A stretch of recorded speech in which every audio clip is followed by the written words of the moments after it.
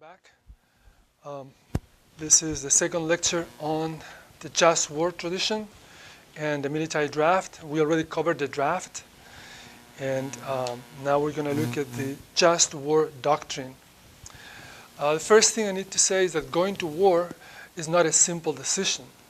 Okay, going to war is a very complex decision. It doesn't depend just on purely opinions or strategic perceptions.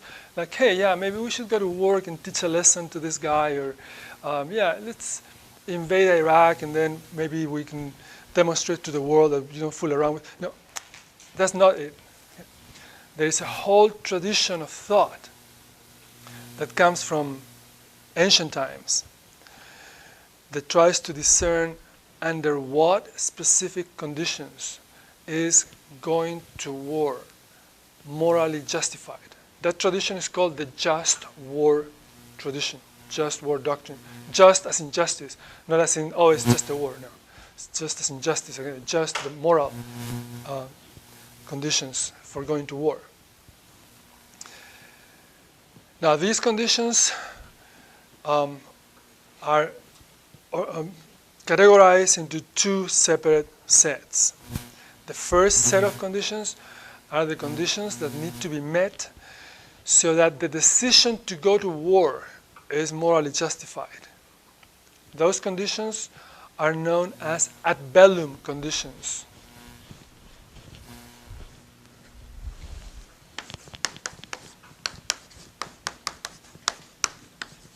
Ad bellum conditions. Bellum. What does bellum mean? You heard the expression antebellum literature? You heard that expression before? What does it mean? Before the war. Antebellum, before the war. Okay. Antebellum literature. Julian, are you a bellicose person?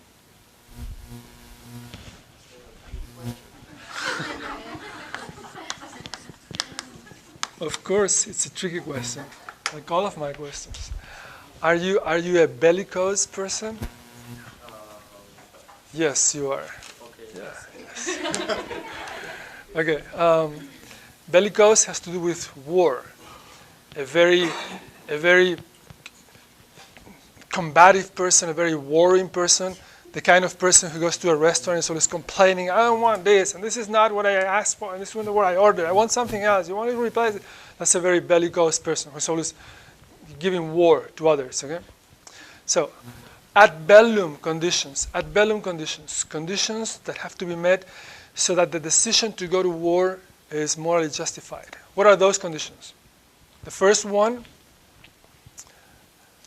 you need to have a just cause. Of course, you need to have a just cause. Now, what is a just cause? In ancient times, maybe the need to take revenge for an offense to your king was a just cause. We don't think of it as a just cause today.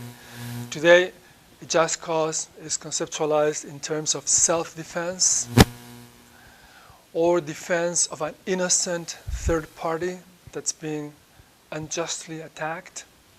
It's a just cause. Then the second condition is legitimate authority. What is a legitimate authority? In our democratic world, it would be the a democratically elected president, or maybe a king in a where the monarchy is democratically accepted. So we have just cause and legitimate authority. The third condition would be last resort. Last resort. All diplomatic means must have been fully exhausted before you resort to violence, before you resort to war. One more condition, right intention.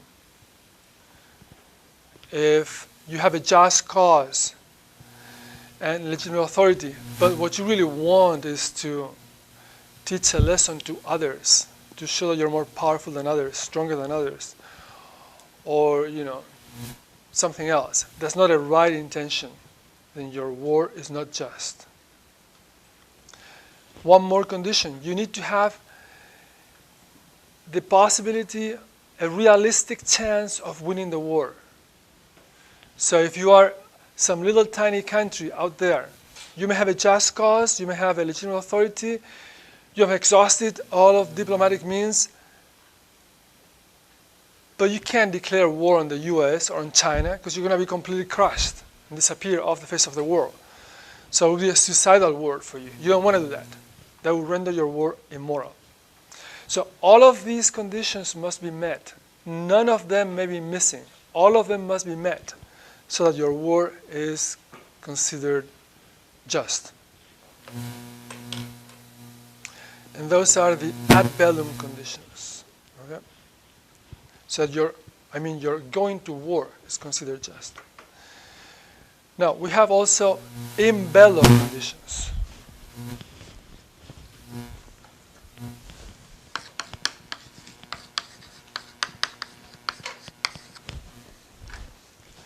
The in bello conditions are the conditions that need to be met so that the way in which you are waging your war is considered moral, is morally justified.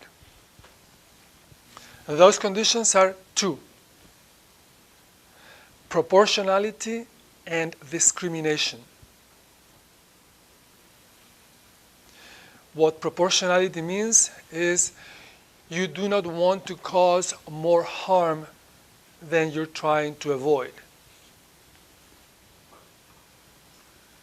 And discrimination in this context means you are not morally justified in attacking non-combatants. You can only fight against those that pose a danger to you, normally military combatants. Now, in connection with these two conditions, we have something called the principle of double effect. The principle of double effect.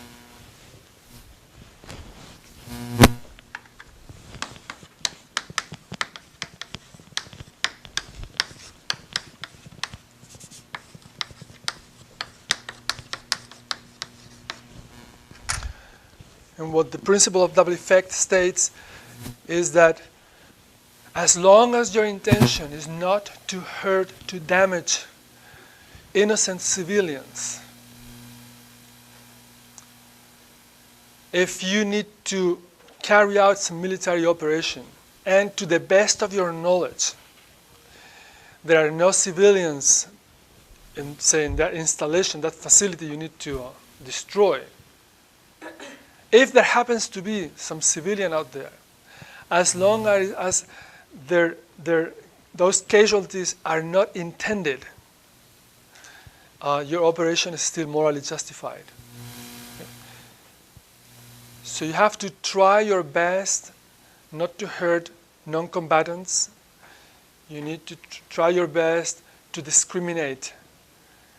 And as long as you do, your military operation will be morally justified, even if some innocent civilians may end up being hurt. That's what the principle of double effect says. Okay? Now, in reality, you can see these conditions in terms of, you may use the analogy of medical surgery. You need to operate on someone that's going to cause some harm, but you have to discriminate. You don't just want to destroy the person in your operation. You just want to destroy the sick-ish tissue. That's what you want to extract or get rid of. And you don't want to cause more harm than you need to, just as little as possible. Okay?